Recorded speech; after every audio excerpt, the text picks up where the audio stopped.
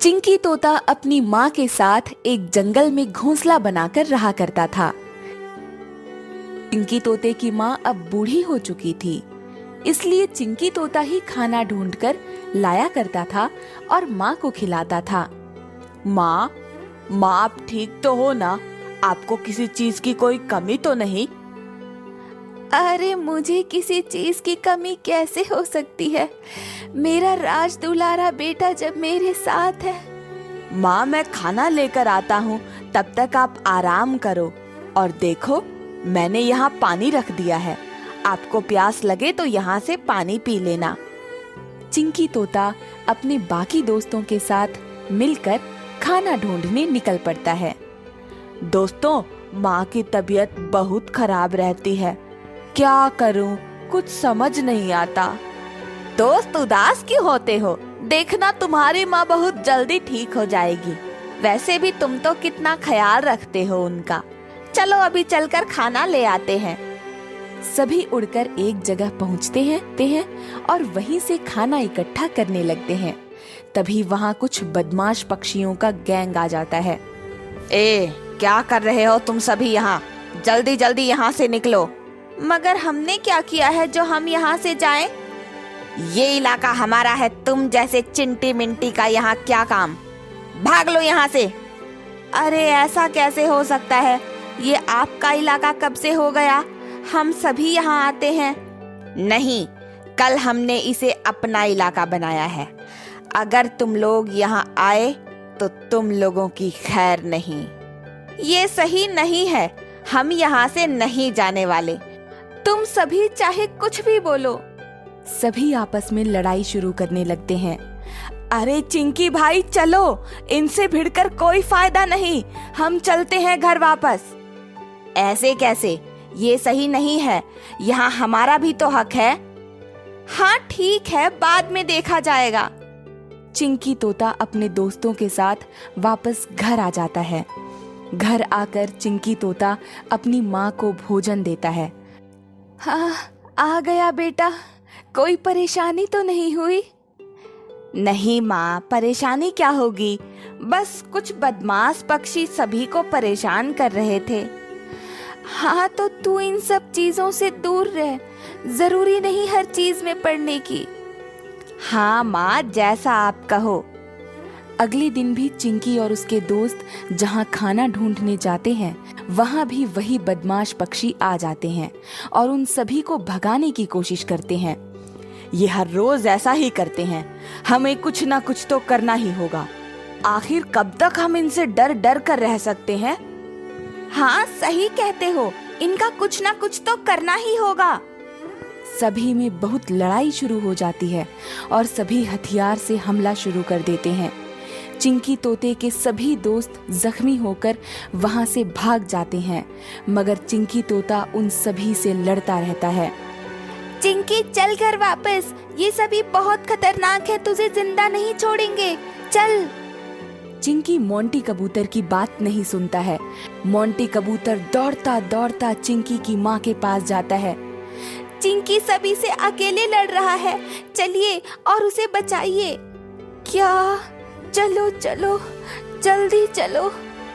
चिंकी की माँ से चला भी नहीं जा रहा था, फिर भी कोशिश करके वो मोंटी के साथ आती है। बेटा चिंकी, आजा मेरे पास, छोड़ दे इन्हें, आज चल घर चलते हैं। माँ की बात सुन चिंकी पीछे मुड़ता है। माँ, आप क्यों आए हो? जाओ यहाँ से। चिंकी माँ की ओर आने लगता है, तभी पीछे से एक बदमाश पक्षी चिंकी के ऊपर वार करता है। तभी चिंकी की माँ वहां आ जाती है और वो चाकू चिंकी के माँ के ऊपर चल जाता है। माँ, आप क्यों आई इनके सामने? मैं इन्हें नहीं छोड़ने वाला। जैसे ही चिंकी आगे बढ़ता है, वो चिंकी के ऊपर भी चाकू चला देते हैं। चिंकी और चिंकी की माँ दोनों की मृत्यु वहीं एक साथ हो जाती है। एक बहुत ही सुंदर घाटी थी। घाटी के पास एक पेड़ के ऊपर एक छोटे से घर में एक प्यारी सी फीमेल पैरोट रहती थी। वो प्रेग्नेंट है। उसके पति के मरने के बाद वो बहुत ही कष्ट से जीवित है। मेरा पति मर गया। मैं बहुत दुखी हूँ।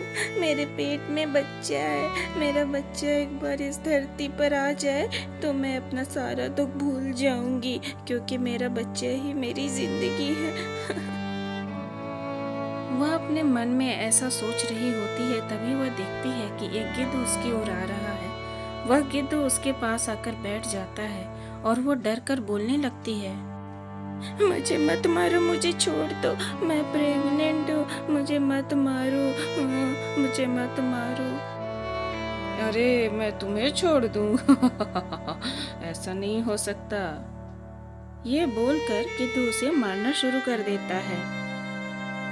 मुझे मत मारो, मैं प्रेग्नेंट हूँ। अरे मैं खुद को नहीं संभाल सकती। अरे मुझे मत मारो। अरे तुम्हें छोड़ दूं? तुम तो इतनी सुंदर हो, मैं तुम्हें नहीं छोड़ूंगा। मैं तो तुम्हें खाऊंगा ही, मुझे खाना ही पड़ेगा, नहीं खाया तो अफसोस रहेगा। ऐसा बोलकर वो फिर से उसे मारने लगता है। मेरा पति मर गया है, तुम मुझे मार दोगे तो मैं अपने बच्चे को कैसे देख पाऊंगी? प्लीज मुझे छोड़ दो। मुझे छोड़ दो, तुम जो कहोगे वो मैं करूंगी। हाँ मुझे छोड़ दो। हाँ, मैं बेचारी, प्लीज मुझे छोड़ दो, प्लीज।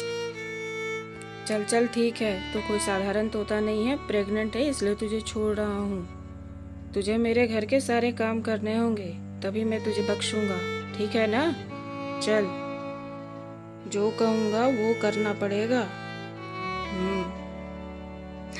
अरे ठीक है, मैं आपकी सारी बातें मानूंगी, बस आप मुझे मारना मत। ठीक है, चल मेरी पीठ पर बैठ जा। फिर तोता ईगल के घर आने के बाद उसके सारे काम करने लगती है ताकि उसके बच्चे की जान बच जाए, और ऐसे ही दिन बीतने लगते हैं। ऐसे में ईगल एक दिन उससे आकर कहता है, मुझे माफ कर दो बहन, मैंने तुम पर बहुत अत्याचार किए, मैंने तुमसे बहुत काम करवाया जबकि तुम प्रेग्नेंट थी। मुझे माफ कर दो, तुमने अकेले ही इतना सारा काम किया जो किसी के बस की बात नहीं है। आज से तुम मेरी बहन हो, जब तक चाहो यहाँ रह सकती हो, ठीक है? आपने मुझे समझ लिया, मैं बहुत संतुष्ट हूँ और मैं बहुत खुश भी हूँ क्योंकि मुझे एक भाई मिल गया। उस दिन से दोनों भाई बहन की तरह मिलकर रहने लगे। कौवा और तोते की शादी। एक जंगल में मिनी कौवा अपनी माँ के साथ रहती थी। मिनी कौवा की शादी नहीं हो रही थी। इसी बात पर हर रोज मिनी कौवे की माँ उसे सुनाया करती थी, पता नहीं कैसा भाग्य लेकर आई है, कब होगी इसकी शादी? देखा है तूने, तेरे सभी दोस्तों की शादी हो गई है, सिर्फ तेरी ही नहीं हुई है। माँ क्या करना है, जब होनी होगी तो हो जाएगी शादी। कहाँ से हो जाएगी तेरी शादी? कोई तो तुझे पसंद ही नहीं करता, जो भी आता है ना कह के चला जाता है। एक भी गुण तो नहीं है तेरे अंदर, सही से खाना पकाना तक तो आता नहीं। जब सिखाती थी खाना पकाना तो भाग जाती थी तू। अब देख, माँ मैं जैसी हूँ वैसी ही रहूंगी, अगर कोई नहीं मिला तो मैं अकेली रह लूंगी। हाँ हाँ तू तो रह लेगी, मगर मैं क्या कहूँगी, क्या मुंह दिखाऊंगी इस समाज में? माँ आप यही सब कहती रहो, मैं चली। मिनी गुस्सा होकर वहाँ से चली जाती है। मिनी कौवा उदास होकर एक पेड़ के ऊपर आकर बैठ जाती है। कैसे समझाऊं माँ को, वो तो मेरी एक बात भी नहीं सुनती। मिनी उदास होकर पेड़ पर बैठी रहती है। तभी वहाँ एक बाज आता है। अरे क्या हुआ मिनी, बहुत उदास दिख रही है? क्या बताऊं आपको, मेरी शादी नहीं हो रही तो मेरी माँ मुझे रोज सुनाती है। अच्छा ये बात है, तो चल कुछ दिन मेरे साथ मेरे घर पे आकर रह लें। नहीं नहीं माँ नहीं मानने वाली। अरे नहीं, मैं मना लूंगा उसको, मैं अभी तेरी माँ से बात करता हूँ। बाज मिनी कौवा के साथ उसके घर आता है। मैं मिनी को कुछ दिन के लिए अपने साथ लेकर जाना चाहता हूँ, कोई दिक्कत तो नहीं है आपको? मिनी कौवा की माँ बाज की सभी बातें माना करती थी, इसलिए मिनी को बाज के साथ जाने की इजाजत दे देती है। ये सुनकर मिनी बहुत खुश हो जाती है और सोचती है, चलो इसी बहाने कुछ दिनों तक आराम तो मिलेगा। मिनी बाज के साथ घर आती है। आओ आओ मिनी, देखो मैंने तुम्हारे लिए स्वादिष्ट भोजन पकाया है, इसे खा लो। आपका बहुत बहुत धन्यवाद। आपकी वजह से मुझे यहाँ थोड़ी शांति तो मिल रही है। हाँ हाँ, अब कुछ दिनों तक आराम से यहीं रहो, उसके बाद वापस चली जाना। हाँ, अभी तो मैं कहीं नहीं जाने वाली। मिनी बाज के साथ खुशी खुशी रहने लगती है। एक दिन बाज मिनी से कहता है, सुनो मिनी, मैं भोजन का इंतजाम करके आता हूँ, तब तक तुम आराम करो। मैं भी आपके साथ चलती हूँ। अरे नहीं नहीं, तुम तो मेहमान हो मेरे घर पर, मैं तुमसे काम नहीं करवा सकता। तुम रुको और मैं खाना लेकर आता हूँ। बाज खाने का इंतजाम करने के लिए निकल पड़ता है। मिनी घर के बाहर आकर घूमने लगती है। तभी उसे कुछ आवाज आती है। वो देखती है कि कुछ बदमाश एक तोते को परेशान कर रहे हैं और उसे मार भी रहे हैं। ये देख मिनी तुरंत वहां पहुंचती है। अरे ये क्या कर रहे हो तुम लोग? भागो भागो यहाँ से, मत मारो इसे। अभी भी लोग उसे मार ही रहे थे। तुम लोग यहाँ से जाते हो कि मैं बुलाऊं बाज भैया को? एक बार मैंने उन्हें यहाँ बुला लिया तो सोच लेना तुम सबका क्या हाल करेंगे वो। बाज की बात सुनकर सभी बदमाश तोते वहां से चले जाते हैं। बहुत धन्यवाद तुम्हारा, तुमने मेरी मदद की। तुम उन सभी से पिटाई क्यों खा रहे थे? वो सब कौन थे और नाम क्या है तुम्हारा? मेरा नाम रॉकी है, मैं यहीं पास वाले पेड़ पे रहता हूँ। कुछ हफ्तों पहले मेरी लड़ाई उन सभी से हुई थी और मैंने उन्हें हरा दिया था। अब कुछ दिन से मेरी तबीयत ठीक नहीं, तो मौका पाकर वो सभी मुझसे अपना बदला लेने आ गए। ओह, ये तो बहुत बुरा हुआ।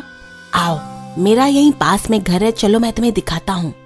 रॉकी मिनी को अपने साथ अपने घर लेकर आता है। यही मेरा घर है, मैं वर्षों से यहाँ रह रहा हूँ। तुम बताओ, तुम यहाँ कब से आई? मैं तो यहाँ बाज भैया के पास रहने आई थी, मेरी माँ से परेशान होकर। मिनी रॉकी को सारी बातें बता देती है। मेरी शादी नहीं हो रही, बस इसलिए माँ रोज मुझे सुनाती रहती है। रॉकी और मिनी में बातें होने लगती हैं। रॉकी को मिनी अच्छी लगने लगती है। तुम्हारी शादी नहीं हो रही तो क्या तुम मुझसे शादी करोगी? क्या मैं और तुमसे शादी? हाँ, मैं तुम्हें बहुत खुश रखूंगा। और हाँ, मुझे खाना बनाना भी आता है। ये सुनकर मिनी हंसने लगती है। इसके बाद मिनी रॉकी को लेकर माँ के पास आती है और रॉकी से शादी करने की बात कहती है। रॉकी तोते और मिनी कौवा की शादी खुशी खुशी हो जाती है।